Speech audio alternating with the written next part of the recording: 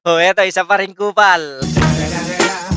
It's the motherfucking Eagle Double G. Snoop Dogg! Tuwa ako din sa pinaggagawa ko. Mirna Rito Crawford, I cook tinola. Sana yan? Tinola na humaba. Humaba. Ano humaba? Awa ng Diyos, kahit gustong-gusto ko yung lalaki, di ko gagawin yan, Sir Viti. Ha? Na, pasalamat ka't hindi ka pa nakakatagpo ng kagaya ko, General. Sabi ko sa iyo, pag iilan lang kami, mga siguro 0.05% lang kami sa mundo. Pag baka nakatagpo ka ng kagaya ko, yung kagaya ko, sigurado kahit malayo pa yan, pag naamoy mo na yung, meron kaming kakaibang pabango eh. Yung hindi nabibili, yung inborn, yung pawis namin ay humahalimuyak. Oh, diba? Sabi ko sa iyo, yang kapitbahay. Sabi ko sa inyo, naka-shades din ako. Nung makita ko, binaba yung shades. Tanungin mo sa kanya. Tanungin niyo sa kanya. Ba't ikaw content ko? Alam mo na. Wala na, bulahan na ginagawa. Hindi, totoo, kahit sabihin mo. Parang gayuma ba mas matindi sa gayuma. Ito, isang kupal. It's the motherfucking Eagle Double G. Snoop Dogg! Sino hindi nakukupalan dito? Nag-iimbestiga, sumasama sa investigasyon ng mga ghost projects. Mas maraming ghost projects tong panahon na to. Eto, tingnan ninyo. We have to push for more accountability sa mga projects. Pero nakakalimutan yata niya na 1 bilyong halaga ng tulay bumagsak nung panahon niya. Si Senator Mark Villar, ang DPWH Secretary ng itayo ang 1.22 billion Isabela Bridge na gumuho ilang linggo matapos buksan sa publiko noong Pebrero. It's the motherfucking Eagle Double G. Snoop Dogg! Pero isa sa nakakahipokrito, nakakainis.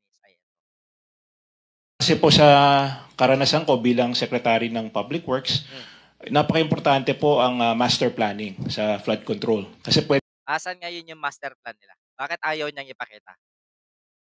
Asan yung flood control master plan na tinatawag ng DPWH nung panahon ni Digong? Ayusin isang. Ilan doon yung natapos? Ilan doon ang napunduhan?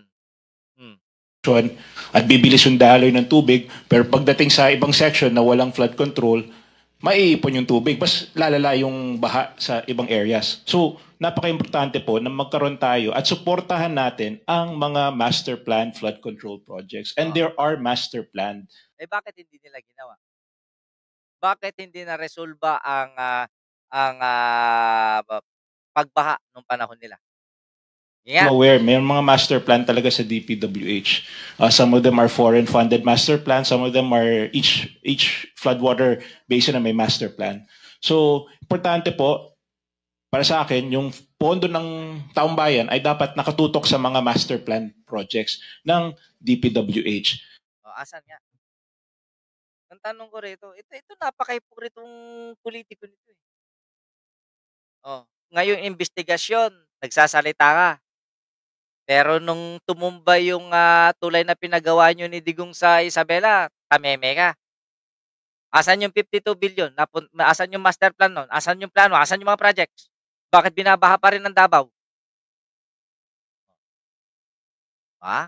Nadali kayo ng bilyar. Sabi ko sa inyo. It's the motherfucking Eagle Double G. Snoop Dogg!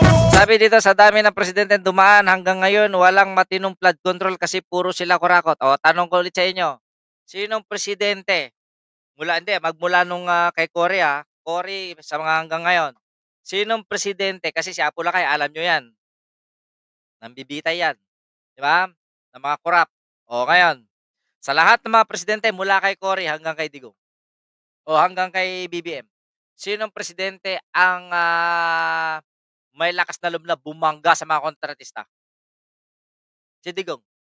Kailan? Alam na natin, DPWH, most corrupt agency, most corrupt department of the government. Yan ang sinasabi. Sino lumaban? Josie Tango, shout out. Oh, Karen Barila, hello. Sinong lumaban? Bakit si BBM nagkalakas na lumaban? Weak leader, bangag, adik, mahinang klase. Oh, bakit yung mga matatapang? Bakit yung mga astig? Bakit yung mga pumatay sila ng adik, hindi sila pumatay ng korap? Ah, anong tawag mo diyan? Ako? Baboy 'to. Itong si Bilyar, kupal 'to. Sa totoo lang, hugas kamay, tangina mas pamilya mo parang Judas. It's the motherfucking Eagle Double G. Sa usaping flood control pa rin tayo mga kapatid. San Carlos City Mayor, ito pinakadupang. Oh, dinaya yung pirma ni Mayor para ma-release niya yung pera. Gabriel Mendez, shout out. San Carlos City Mayor Renato Gustilo has urged the National Bureau of Investigation to identify those behind what he said was the forgery of his signature in documents for 3 flood control projects in his city worth 304 million.